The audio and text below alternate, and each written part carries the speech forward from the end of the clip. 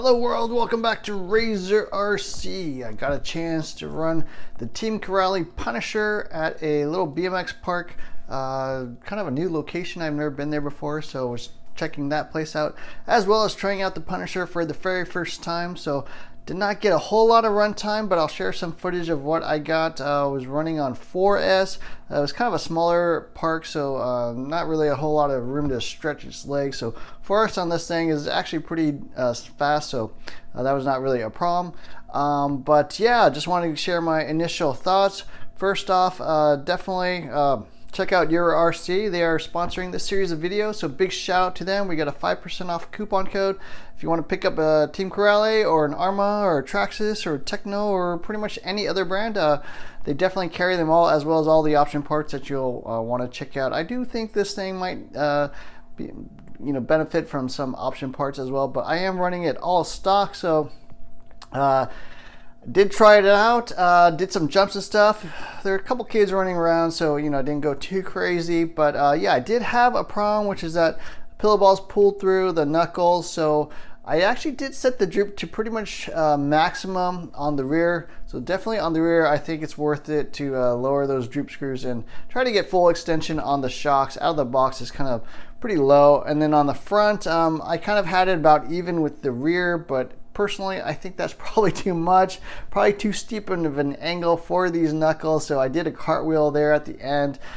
These did pull through. I actually did not have the right hex driver for these, so you do need a 5mm hex driver to remove these little what do you call them? I don't know what you call them, like spacer screws or whatever. These nuts here on the end. It's different than Arma. Arma uses 4mm. Team Corrali uses 5mm, so it's a little annoying that they're different, but I didn't have a 5mm on hand, so I tried to push it back in, but I wasn't going to be able to do that, so kind of had to end my run early. So yeah, initial thoughts. This thing flies pretty flat. Definitely plenty of power with 4S, 6S. I think this is a little more controllable than the Dementor on 6S, so I will be trying 6S next. The tires are not really suitable for that type of terrain. They're kind of more of a street, maybe grass type of compound and sort of tread pattern. The big knobbies are going to work a little bit better. I'm sure the Chronos tires would have worked better.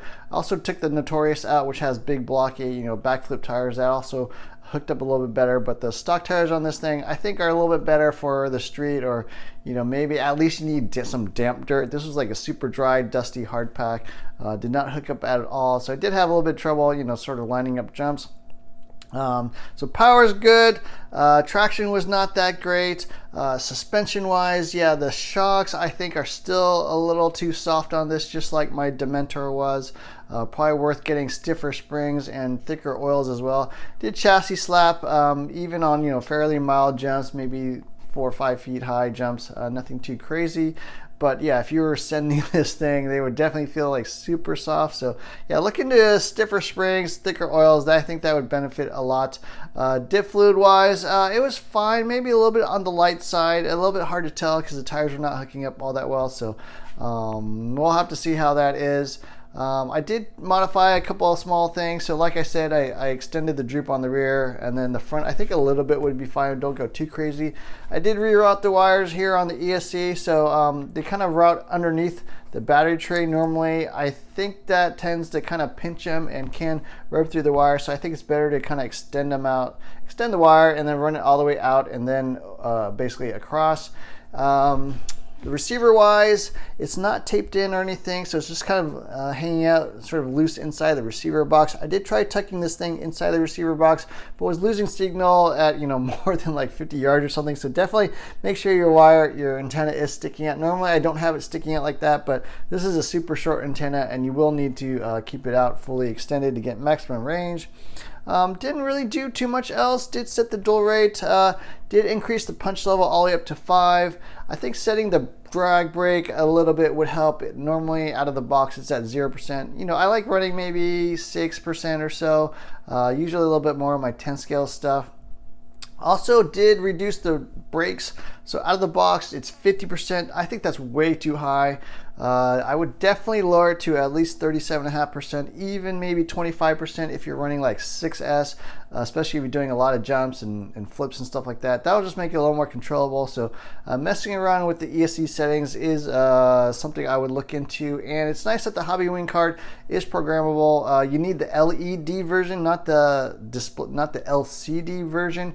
Make sure you get the LED version. That is compatible and will work and allow you to tune that ESC exactly how you want. So yeah, those are my thoughts, initial thoughts on the Team Corrali Punisher. Check out this running footage. I will be heading out to the park again. I did replace my knuckles here, so I'm ready to go and bash some more. That was pretty much the only thing that broke, or didn't really break, just kind of pulled through. I'm sure you could reuse it, but I just put on a new one because I had a spare one.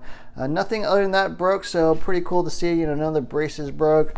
Front and rear seem okay. Wing was fine, so no other issues. Anyways, check out this running footage.